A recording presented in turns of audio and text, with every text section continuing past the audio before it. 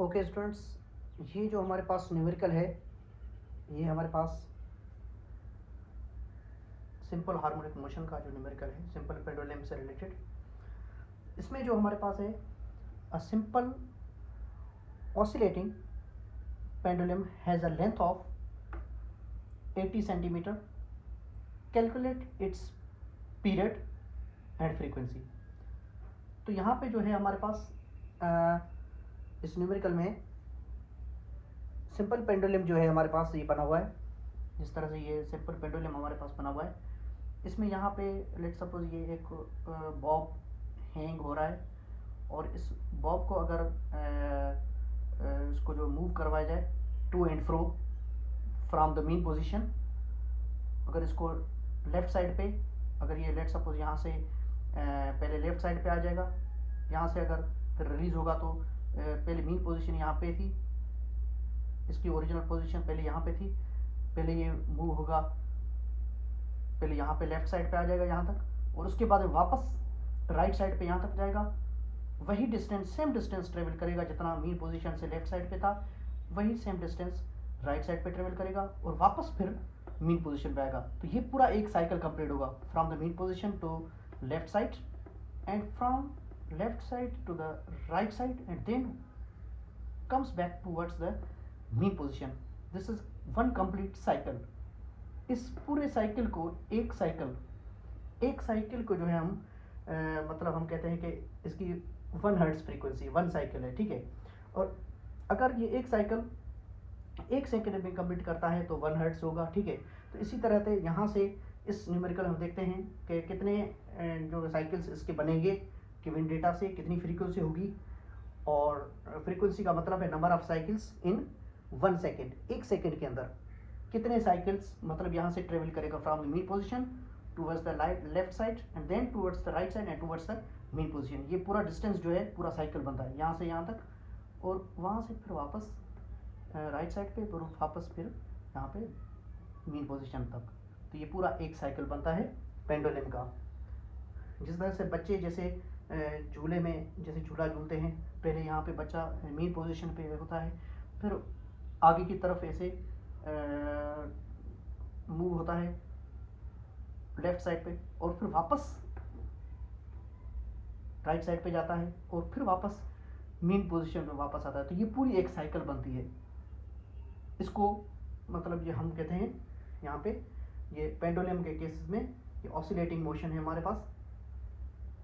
तो ये हमारे पास जैसे झूले में स्विंग में जैसे मोशन में, और दूसरा जो है वॉल क्लॉक्स में आपने देखा होगा कि ये पेंडुलम लगा हुआ होता है जो टू एंड फ्रो मूव होता रहता है। तो इसी तरह का पेंडुलम है, और उसकी लेंथ जो है हमारे पास 80 सेंटीमीटर है, 80 सेंटीमीटर। तो ये यूनिट याद रखिएगा, इसका यूनिट है सेंटीमीटर्स में है, सेंटीमीटर्स में है। तो हमें डेटा में जब हम डेटा लिखेंगे तो हमारे पास यहाँ पे एक चीज़ गिवन है सिर्फ सेंटीमीटर, तो इसको मीटर्स में कन्वर्ट करना होगा, क्योंकि लेंथ का ऐसा यूनिट हमारे पास मीटर है, लेंथ का ऐसा यूनिट मीटर है, तो हमें मीटर्स में कन्वर्ट करना पड़ेगा, ठीक है।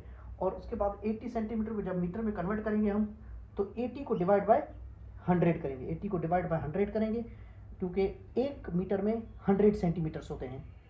तो जब छोटी चीज़ को बड़ी यूनिट में जैसे कन्वर्ट करते हैं तो डिवाइड बाय करेंगे, ठीक है। तो 80 डिवाइड बाय 100 करेंगे, 0 0 में कट हो जाएगा, और हमारे पास 8/10 का आंसर आएगा 0.8 मीटर्स। तो 80 सेंटीमीटर बराबर हो जाएगा 0.8 मीटर्स। 1 मीटर में 100 सेंटीमीटर होते हैं, तो ये 100 से भी कम है, तो ये 0.8 मीटर होगा। अच्छा, दूसरी चीज़ें, कोई भी चीज़ अगर यहाँ पे अगर कोई चीज़ हैंग कर रही है या अपवर्ड या डाउनवर्ड मोशन हो, तो आपको पता है कि उसमें ग्रेविटी का रोल होता है, जो इस चीज़ में कभी कभी क्वेश्चन में गिवन होती है, कभी कभी क्वेश्चन में गिवन नहीं होती है। तो अगर नहीं भी हो तो हमें पता होना चाहिए कि इन केसेस में ग्रेविटी का रोल होता है। तो जी जो है ग्रेविटी की वैल्यू, कांस्टेंट वैल्यू 9.8 मीटर पर सेकेंड स्क्वायर, तो ये वैल्यू है। कभी कभी क्वेश्चन में 10 भी गिवन होती है तो 10 पुट करेंगे, अगर नहीं गिवन होती है तो हम 9.8 वैल्यू पुट करेंगे। मीटर पर सेकेंड स्क्वायर ये ग्रेविटी का यूनिट है। और उसके बाद हमें जो दो चीज़ें चाहिए, एक पीरियड चाहिए, पीरियड का मतलब है टाइम पीरियड। टाइम पीरियड मतलब इसको कितने सेकेंड लगेंगे, क्योंकि टाइम का यूनिट सेकेंड होता है, ऐसा यूनिट। तो कितने सेकेंड लगेंगे पूरा एक चक्कर कंप्लीट करने में, एक साइकिल कंप्लीट करने में कितने सेकंड लगेंगे, तो वो हम देखेंगे यहाँ पे। टाइम पीरियड मालूम करेंगे और दूसरा है फ्रीक्वेंसी मालूम करेंगे। Frequency means number of cycles in 1 second, एक सेकेंड में कितने साइकिल कंप्लीट करेगा। तो ये दोनों चीज़ें हम मालूम करेंगे। टाइम पीरियड का मतलब है कि सेकेंड, कितने सेकेंड लगेंगे एक साइकिल कंप्लीट करने में, एक साइकिल कंप्लीट करने में कितने सेकंड लगेंगे। एक साइकिल मतलब from the mean position towards the left side and then towards the right side and then towards the mean position. तो एक साइकिल कंप्लीट करने में कितने सेकंड लगेंगे। और फ्रीक्वेंसी का मतलब है कि number of cycles in 1 second, एक सेकंड के अंदर कितने से साइकिल इस तरह से कंप्लीट करें। एक सेकंड के अंदर जितनी मरतबा मीन पोजीशन से मूव होगा वापस मीन पोजीशन पे आएगा, तो वो जो साइकिल नंबर ऑफ साइकिल्स होंगे वो हम यहाँ पे डिटरमाइन करेंगे इस न्यूमेरिकल में। तो सॉल्यूशन की तरफ मूव होते हैं। तो सबसे पहले हमें पता है कि टाइम पीरियड का formula for simple pendulum that is 2 pi under root L upon G. 2 pi under root L upon G, ये हमारे पास फार्मूला है नीचे जो लिखा हुआ है सॉल्यूशन में। As we know that 2 pi under root L upon G. 2 pi की वैल्यू हमारे पास कांस्टेंट होती है और 22/7 इरेशनल नंबर है पाई, आपको पता है 3.14 ये कांस्टेंट वैल्यू है, ये आपको याद रखनी होगी, ठीक है। और एल और जी ये दोनों अंडर रूट के अंदर लिखे हुए हैं। एल की वैल्यू यहाँ पे हमने कन्वर्ट की है ऐसा यूनिट में मीटर में, वो लिखनी है। ये सेंटीमीटर वाली हर केस नहीं लिखनी, मीटर्स वाले ऐसा यूनिट वाली लिखनी है 0.8 और 9.8 मीटर पर सेकेंड स्क्वायर जी की वैल्यू है। इनको पहले डिवाइड करेंगे तो इसका आंसर ये वाला आ जाएगा 0.0816, ये आंसर है। और इन दोनों को मल्टीप्लाई करेंगे आपस में, 2 एंड 3.14 को मल्टीप्लाई करेंगे, ये आंसर आ जाएगा। उसके बाद में इसका स्क्वायर रूट जब निकालेंगे कैलकुलेटर से तो 0.285 हमारे पास स्क्वायर रूट आ जाएगा।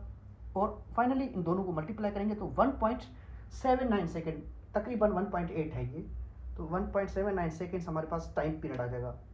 टाइम पीरियड मतलब सेकेंड्स, कितने सेकेंड लगेंगे एक साइकिल कंप्लीट करने में from the mean position towards the left side and then towards the right side towards the mean position.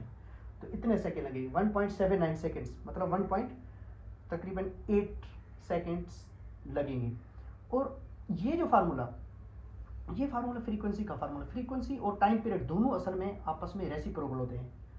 Time period अगर निकालना हो तो 1/f हो जाएगा और फ्रीक्वेंसी निकालना हो तो 1/t हो जाएगा। ये दोनों आपस में रेसिप्रोकल होते हैं। फ्रीक्वेंसी और टाइम पीरियड जो है ऑफ द सिंपल पेंडुलम, ये दोनों आपस में रेसिप्रोकल होते हैं।